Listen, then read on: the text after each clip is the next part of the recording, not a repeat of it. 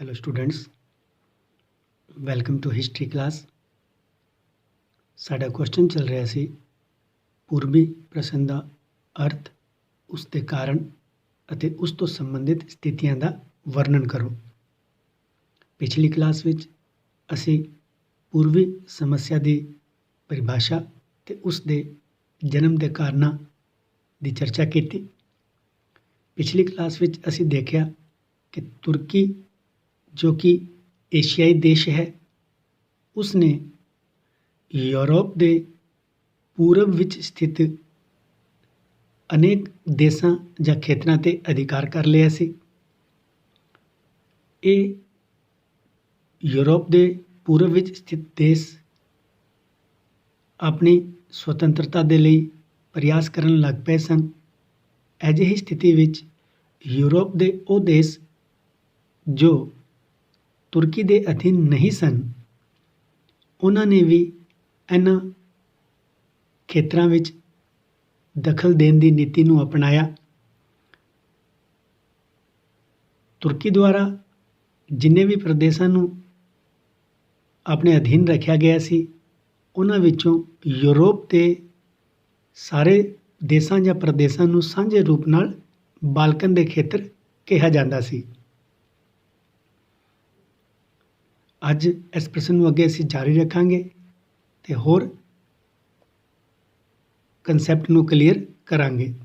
ਸ਼ੁਰੂ ਕਰਦੇ ਹਾਂ ਪੂਰਬੀ ਪ੍ਰਸ਼ਨ ਨਾਲ ਸੰਬੰਧਿਤ ਸਮੱਸਿਆਵਾਂ। ਪੂਰਬੀ ਪ੍ਰਸ਼ਨ ਇੱਕ ਗੰਭੀਰ ਪ੍ਰਸ਼ਨ ਸੀ ਜਿਸ ਨਾਲ ਅਨੇਕ ਸਮੱਸਿਆਵਾਂ ਦਾ ਸੰਬੰਧ ਸੀ। ਇਹਨਾਂ ਵਿੱਚ ਪਹਿਲੀ ਹੈ ਤੁਰਕੀ ਸਾਮਰਾਜ ਦੀ ਕਮਜ਼ੋਰੀ ਦੀ ਸਮੱਸਿਆ। ਸ਼ੁਰੂਆਤ ਵਿੱਚ ਤੁਰਕੀ ਬਹੁਤ ਸ਼ਕਤੀਸ਼ਾਲੀ ਸਾਮਰਾਜ ਸੀ। ਸੁਲਤਾਨਾਂ ਦੀ ਅਯੋਗਤਾ, ਉਹਨਾਂ ਦੀ ਭੋਗ ਵਿਲਾਸ ਵਿੱਚ ਰੁਚੀ ਤੇ ਧਾਰਮਿਕ ਕੱਟੜਤਾ ਨੇ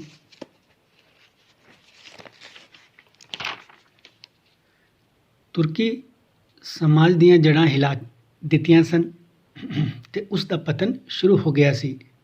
ਉਸ ਦੀ ਕਮਜ਼ੋਰੀ ਹੀ ਪੂਰਬੀ ਸਮੱਸਿਆ ਬਣ ਗਈ, ਕਿਉਂਕਿ ਘਟੀਆ ਪ੍ਰਬੰਧ ਦੇ ਕਾਰਨ ਪ੍ਰਜਾ ਸੁਲਤਾਨਾਂ ਦੇ ਵਿਰੁੱਧ ਹੋ ਗਈ ਸੀ। ਵਾਸਤਵ ਵਿੱਚ ਤੁਰਕਾਂ ਦਾ ਰਾਜ ਬੇਈਮਾਨੀ, ਅਯੋਗਤਾ, ਘਟੀਆ ਪ੍ਰਬੰਧ ਤੇ ਨਿਰੰਕੁਸ਼ਤਾ ਦਾ ਰਾਜ ਸੀ। ਲੋਕਾਂ ਵਿੱਚ ਵੱਧ ਰਹੇ ਅਸੰਤੋਸ਼ ਦੇ ਕਾਰਨ ਗੁਆਂਢੀ ਜਾਂ ਪੜੋਸੀ ਦੇਸ਼ਾਂ ਦਾ ਧਿਆਨ ਤੁਰਕੀ ਵੱਲ ਖਿੱਚਿਆ ਹੋਇਆ ਸੀ। ਹਰ ਦੇਸ਼ ਆਪਣਾ ਹੀ ਸਵਾਰਥ ਪੂਰਾ ਕਰਨਾ ਚਾਹੁੰਦਾ ਸੀ, ਜਿਸ ਕਾਰਨ ਇਹ ਪੂਰਬੀ ਪ੍ਰਸ਼ਨ ਹੋਰ ਵੀ ਗੰਭੀਰ ਹੋ ਗਿਆ। ਅਗਲੀ ਸਮੱਸਿਆ ਹੈ ਧਰਮ ਦੀ ਸਮੱਸਿਆ। ਤੁਰਕੀ ਦੇ ਸੁਲਤਾਨ ਆਪ ਤਾਂ ਤੁਰਕ ਮੁਸਲਮਾਨ ਸਨ। ਉਹਨਾਂ ਦੀ ਪ੍ਰਜਾ ਵਿੱਚ ਹੋਰ ਕਈ ਧਰਮਾਂ ਦੇ ਲੋਕ ਵੀ ਰਹਿੰਦੇ ਸਨ, ਜਿਨ੍ਹਾਂ ਵਿੱਚੋਂ ਈਸਾਈਆਂ ਦੀ ਗਿਣਤੀ ਜ਼ਿਆਦਾ ਸੀ। ਤੁਰਕੀ ਦੇ ਸੁਲਤਾਨਾਂ ਦੇ ਦਿਲਾਂ ਵਿੱਚ ਈਸਾਈਆਂ ਪ੍ਰਤੀ ਘਿਰਣਾ ਸੀ। ਇਸ ਲਈ ਤੁਰਕੀ ਦੇ ਮੁਸਲਮਾਨ ਤੇ ਈਸਾਈਆਂ ਵਿੱਚ ਚੰਗੇ ਸੰਬੰਧ ਨਹੀਂ ਸਨ। ਈਸਾਈਆਂ ਨੂੰ ਉਹ ਆਪਣੇ ਆਪ ਤੋਂ ਘਟੀਆ ਸਮਝਦੇ ਸਨ। ਤੁਰਕੀ ਦੇ ਸੁਲਤਾਨ ਈਸਾਈਆਂ ਉੱਤੇ ਬਹੁਤ ਅਤਿਆਚਾਰ ਕਰਦੇ ਸਨ। ਰੂਸ ਇਸ ਨੂੰ ਬਰਦਾਸ਼ਤ ਨਹੀਂ ਕਰ ਸਕਦਾ ਸੀ, ਕਿਉਂਕਿ ਉਹ ਆਪਣੇ ਆਪ ਨੂੰ ਈਸਾਈਆਂ ਦਾ ਸਰਪ੍ਰਸਤ ਸਮਝਦਾ ਸੀ। ਇਸ ਲਈ ਰੂਸ ਨੇ ਤੁਰਕੀ ਦੇ ਅੰਦਰੂਨੀ ਮਾਮਲਿਆਂ ਵਿੱਚ ਦਖਲ ਦੇਣਾ ਸ਼ੁਰੂ ਕਰ ਦਿੱਤਾ, ਜਿਸ ਨਾਲ ਪੂਰਬੀ ਸਮੱਸਿਆ ਜਾਂ ਪੂਰਬੀ ਪ੍ਰਸ਼ਨ ਹੋਰ ਵੀ ਗੰਭੀਰ ਹੋ ਗਿਆ। ਅਗਲੀ ਸਮੱਸਿਆ ਹੈ ਆਰਥਿਕ ਈਰਖਾ।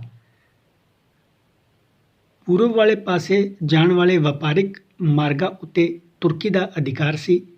ਫਰਾਂਸ ਤੇ ਇੰਗਲੈਂਡ ਆਪਣੇ ਪੂਰਬੀ ਸਾਮਰਾਜਾਂ ਉੱਤੇ ਸੰਚਾਰ ਸਾਧਨਾਂ ਨੂੰ ਕਾਇਮ ਰੱਖਣਾ ਚਾਹੁੰਦੇ ਸਨ। ਉਹ ਤੁਰਕੀ ਵਿੱਚ ਰੂਸ ਦੇ ਵੱਧ ਰਹੇ ਪ੍ਰਭਾਵਾਂ ਨੂੰ ਚੰਗਾ ਨਹੀਂ ਸਮਝਦੇ ਸਨ, ਕਿਉਂਕਿ ਇਸ ਤਰ੍ਹਾਂ ਹੋਣ ਨਾਲ ਉਹਨਾਂ ਦੇ ਆਰਥਿਕ ਲਾਭ ਖਤਰੇ ਵਿੱਚ ਪੈ ਸਕਦੇ ਸਨ। ਅਗਲਾ ਪੁਆਇੰਟ ਹੈ ਰਾਸ਼ਟਰੀਅਤਾ ਦਾ ਜਨਮ। ਬਾਲਕਨ ਪ੍ਰਦੇਸ਼ਾਂ ਦੇ ਲੋਕ ਬਾਲਕਨ ਉਹ ਪ੍ਰਦੇਸ਼ ਹੈ ਜੋ ਤੁਰਕੀ ਦੇ ਅਧੀਨ ਹੈ ਅਤੇ ਯੂਰਪ ਦੇ ਹੀ ਕੇਵਲ ਖੇਤਰ ਹਨ। ਬਾਲਕਨ ਪ੍ਰਦੇਸ਼ਾਂ ਦੇ ਲੋਕ ਪਹਿਲਾਂ ਹੀ ਤੁਰਕੀ ਦੇ ਸ਼ਾਸਨ ਤੋਂ ਦੁਖੀ ਸਨ। ਤੁਰਕਾਂ ਦੇ ਅਤਿਆਚਾਰਾਂ ਨੇ ਉਹਨਾਂ ਅੰਦਰ ਤੁਰਕੀ ਦੇ ਵਿਰੁੱਧ ਭਾਵਨਾ ਪੈਦਾ ਕਰ ਦਿੱਤੀ ਸੀ।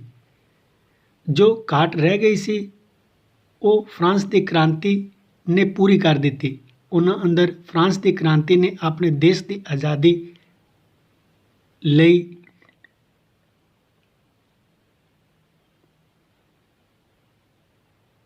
ਰਾਸ਼ਟਰੀਅਤਾ ਦੀ ਭਾਵਨਾ ਉਜਾਗਰ ਕੀਤੀ ਸੀ। ਇਸ ਲਈ ਕਈ ਪ੍ਰਦੇਸ਼ਾਂ ਵਿੱਚ ਤੁਰਕੀ ਦੇ ਸੁਲਤਾਨਾਂ ਵਿਰੁੱਧ ਵਿਦਰੋਹ ਹੋਣੇ ਸ਼ੁਰੂ ਹੋ ਗਏ ਸਨ। ਅਗਲਾ ਸਾਡਾ ਮੇਨ ਪੁਆਇੰਟ ਹੈ ਰਾਜਨੀਤਿਕ ਈਰਖਾ। ਇਹ ਕਾਫੀ ਇੰਪੋਰਟੈਂਟ ਪੁਆਇੰਟ ਹੈ। ਇਸ ਦੇ ਆਧਾਰ 'ਤੇ ਹੀ ਤੁਸੀਂ ਅਗਲੇ ਪ੍ਰਸ਼ਨਾਂ ਨੂੰ ਆਸਾਨੀ ਨਾਲ ਸਮਝ ਸਕਦੀਆਂ ਹੋ। ਸ਼ੁਰੂ ਕਰਦੇ ਹਾਂ। ਰਾਜਨੀਤਿਕ ਈਰਖਾ 19ਵੀਂ ਸਦੀ ਵਿੱਚ ਯੂਰਪ ਦੇ ਕਈ ਦੇਸ਼ਾਂ ਨੂੰ ਆਪਣੀ ਸਵਾਰਥ ਸਿੱਧੀ ਤੇ ਰਾਜਨੀਤਿਕ ਉਦੇਸ਼ ਦੀ ਪੂਰਤੀ ਲਈ ਤੁਰਕੀ ਦੀ ਨਿਰਬਲਤਾ ਦੇ ਕਾਰਨ ਨਿਕਟ ਪੂਰਬ ਵਿੱਚ ਦਖਲ ਦਿੱਤਾ ਸੀ। ਪੂਰਬੀ ਪ੍ਰਸ਼ਨ ਜਾਂ ਸਮੱਸਿਆ ਪ੍ਰਤੀ ਵੱਖ-ਵੱਖ ਦੇਸ਼ਾਂ ਦੇ ਹਿੱਤ ਵੀ ਵੱਖ-ਵੱਖ ਸਨ। ਇਹਨਾਂ ਨੂੰ ਅਸੀਂ ਅਲੱਗ-ਅਲੱਗ ਪੁਆਇੰਟ ਬਣਾ ਕੇ ਸਮਝਾਂਗੇ। ਪਹਿਲਾ ਹੈ ਰਸ਼ੀਆ ਯਾਨੀ ਰੂਸ। ਰੂਸ ਯੂਰਪ ਦਾ ਇੱਕ ਵਿਸ਼ਾਲ ਦੇਸ਼ ਸੀ, ਪਰ ਉਸ ਕੋਲ ਸਮੁੰਦਰ ਤਾਈਂ ਪਹੁੰਚਣ ਲਈ ਕੋਈ ਖੁੱਲ੍ਹਾ ਰਾਹ ਨਹੀਂ ਸੀ। ਇਸ ਲਈ ਰੂਸ ਦੇ ਸ਼ਾਸਕ ਬਹੁਤ ਦੇਰ ਤੋਂ ਕਾਲੇ ਸਾਗਰ ਤੱਕ ਆਪਣੇ ਸਾਮਰਾਜ ਨੂੰ ਵਧਾਉਣ ਦੇ ਯਤਨਾਂ ਵਿੱਚ ਲੱਗੇ ਹੋਏ ਸਨ।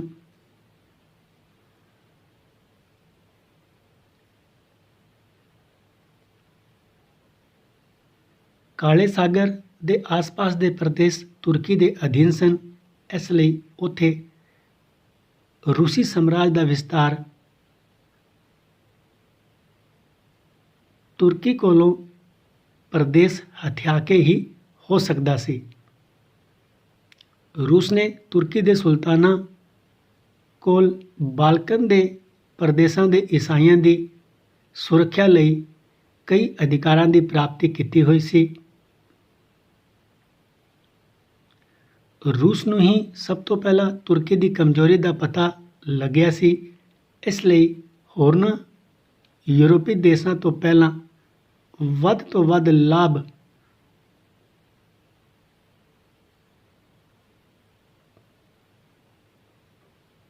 ਪ੍ਰਾਪਤ ਕਰਨ ਦੇ ਲਈ ਰੂਸ ਨੇ ਤੁਰਕੀ ਵਿੱਚ ਦਖਲ ਦੇਣਾ ਸ਼ੁਰੂ ਕੀਤਾ ਅਤੇ ਇਹ ਉਸ ਦੀ ਪ੍ਰਬਲ ਇੱਛਾ ਵੀ ਸੀ। ਯੂਰਪ ਦੇ ਹੋਰ ਦੇਸ਼ ਰੂਸ ਦੇ ਵੱਧ ਰਹੇ ਬਾਲਕਨ ਪ੍ਰਦੇਸ਼ ਵਿੱਚ ਪ੍ਰਭਾਵ ਨੂੰ ਸਹਿਣ ਨਹੀਂ ਕਰ ਸਕੇ। ਉਹਨਾਂ ਨੂੰ ਖਤਰਾ ਪੈਦਾ ਹੋ ਗਿਆ ਕਿ ਰੂਸ ਸ਼ਕਤੀ ਧਾਰਨ ਕਰਕੇ ਸ਼ਕਤੀ ਸੰਤੁਲਨ ਹੀ ਕਿਤੇ ਖਰਾਬ ਨਾ ਕਰ ਦੇਵੇ। ਇਸ ਲਈ ਰੂਸ ਦੇ ਪ੍ਰਭਾਵ ਨੂੰ ਰੋਕਣ ਦੇ ਯਤਨ ਹੋਣ ਲੱਗ ਪਏ, ਜੋ ਕਿ ਰਾਜਨੀਤਿਕ ਈਰਖਾ ਦਾ ਕਾਰਨ ਬਣਿਆ। ਦੂਜਾ ਇੰਗਲੈਂਡ ਨੂੰ ਮੁੱਖ ਚਿੰਤਾ ਤੁਰਕੀ ਵਿੱਚ ਰੂਸ ਦੇ ਵੱਧ ਰਹੇ ਪ੍ਰਭਾਵਾਂ ਦੀ ਸੀ। ਉਹ ਹਰ ਤਰ੍ਹਾਂ ਨਾਲ ਰੂਸ ਦੇ ਤੁਰਕੀ ਵਿੱਚ ਵੱਧ ਰਹੇ ਪ੍ਰਭਾਵ ਨੂੰ ਰੋਕਣਾ ਚਾਹੁੰਦਾ ਸੀ। ਇੰਗਲੈਂਡ ਰੂਸ ਦੇ ਕਾਲੇ ਸਾਗਰ ਵੱਲ ਵਿਸਤਾਰ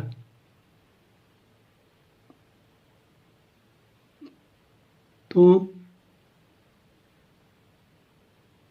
ਭੂਮੱਧ ਸਾਗਰ ਵਿੱਚ ਪ੍ਰਵੇਸ਼ ਨੂੰ ਆਪਣੇ ਹਿੱਤਾਂ ਦੇ ਵਿਰੁੱਧ ਸਮਝਦਾ ਸੀ, ਕਿਉਂਕਿ ਰੂਸ ਦੇ ਇਸ ਪਾਸੇ ਵਿਸਤਾਰ ਨਾਲ ਅੰਗਰੇਜ਼ਾਂ ਦੇ ਏਸ਼ੀਆ ਵਿੱਚ ਭਾਰਤੀ ਸਾਮਰਾਜ ਨੂੰ ਖਤਰਾ ਪੈਦਾ ਹੋ ਸਕਦਾ ਸੀ। ਇਸ ਲਈ ਇੰਗਲੈਂਡ ਦਾ ਹਰ ਸੰਭਵ ਯਤਨ ਇਹ ਹੁੰਦਾ ਸੀ ਕਿ ਤੁਰਕੀ ਦੀ ਅਖੰਡਤਾ ਤੇ ਏਕਤਾ ਬਣੀ ਰਹੇ। ਇਸ ਤੋਂ ਇਲਾਵਾ ਇੰਗਲੈਂਡ ਆਪਣੇ ਵਪਾਰਿਕ ਉਦੇਸ਼ ਦੀ ਪੂਰਤੀ ਲਈ ਵੀ ਪੂਰਬੀ ਸਮੱਸਿਆ ਵਿੱਚ ਰੁਚੀ ਰੱਖਦਾ ਸੀ। ਤੁਰਕੀ ਉੱਤੇ ਕਿਸੇ ਹੋਰ ਦੇਸ਼ ਦੇ ਅਧਿਕਾਰ ਨਾਲ ਇੰਗਲੈਂਡ ਦੇ ਵਪਾਰ ਨੂੰ ਕਾਫੀ ਧੱਕਾ ਲੱਗਣਾ ਸੀ। ਇਸ ਲਈ ਵੀ ਯੂਰਪ ਵਿੱਚ ਰਾਜਨੀਤਿਕ ਈਰਖਾ ਬਣੀ ਹੋਈ ਸੀ। ਅਗਲਾ ਪੁਆਇੰਟ ਹੈ ਆਸਟਰੀਆ। ਇੰਗਲੈਂਡ ਤੇ ਰੂਸ ਨਾਲੋਂ ਆਸਟਰੀਆ ਦੀ ਬਾਲਕਨ ਪ੍ਰਦੇਸ਼ਾਂ ਵਿੱਚ ਵਧੇਰੇ ਰੁਚੀ ਸੀ। ਉਸ ਦੇ ਕਈ ਕਾਰਨ ਸਨ। ਇੱਕ ਤਾਂ ਆਸਟਰੀਆ ਦੇ ਨਾਲ ਹੀ ਤੁਰਕੀ ਦੇ ਇਲਾਕੇ ਲੱਗਦੇ ਸਨ।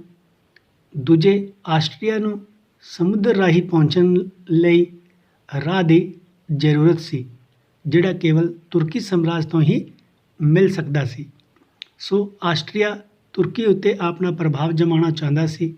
ਆਰਥਿਕ ਪੱਖ ਤੋਂ ਆਸਟਰੀਆ ਦਾ ਬਹੁਤ ਵਪਾਰ ਡੈਨੂਬ ਦੀ ਘਾਟੀ ਦੁਆਰਾ ਚੱਲਦਾ ਸੀ, ਪਰ ਇਹ ਘਾਟੀ 'ਤੇ ਰੂਸ ਦਾ ਪ੍ਰਭਾਵ ਹੁੰਦਾ ਸੀ।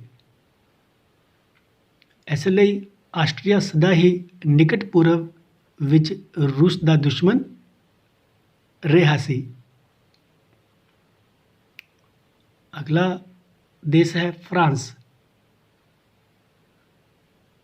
ਫਰਾਂਸ ਦੇ ਤੁਰਕੀ ਵਿੱਚ ਵਪਾਰ ਤੇ ਧਾਰਮਿਕ ਹਿੱਤ ਸਨ। ਉਹ ਤੁਰਕੀ ਦਾ ਪੁਰਾਣਾ ਮਿੱਤਰ ਸੀ, ਇਸ ਲਈ ਉਸ ਨੂੰ ਸੀਰੀਆ ਤੇ ਮਿਸਰ ਵਿੱਚ ਕੁਝ ਵਪਾਰਿਕ ਸਹੂਲਤਾਂ ਪ੍ਰਾਪਤ ਸਨ, ਪਰ ਉਹ ਹੁਣ ਹੋਰ ਵਪਾਰਿਕ ਸਹੂਲਤਾਂ ਲੈਣੀਆਂ ਚਾਹੁੰਦਾ ਸੀ। ਇਸ ਤੋਂ ਇਲਾਵਾ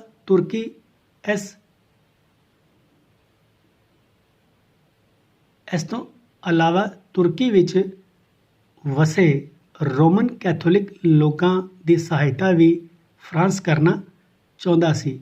ਉਹ ਉਹਨਾਂ ਨੂੰ ਸੁਲਤਾਨਾਂ ਦੇ ਅਤਿਆਚਾਰਾਂ ਤੋਂ ਬਚਾਉਣਾ ਚਾਹੁੰਦਾ ਸੀ। ਅਗਲਾ ਪੁਆਇੰਟ ਹੈ ਜਰਮਨੀ।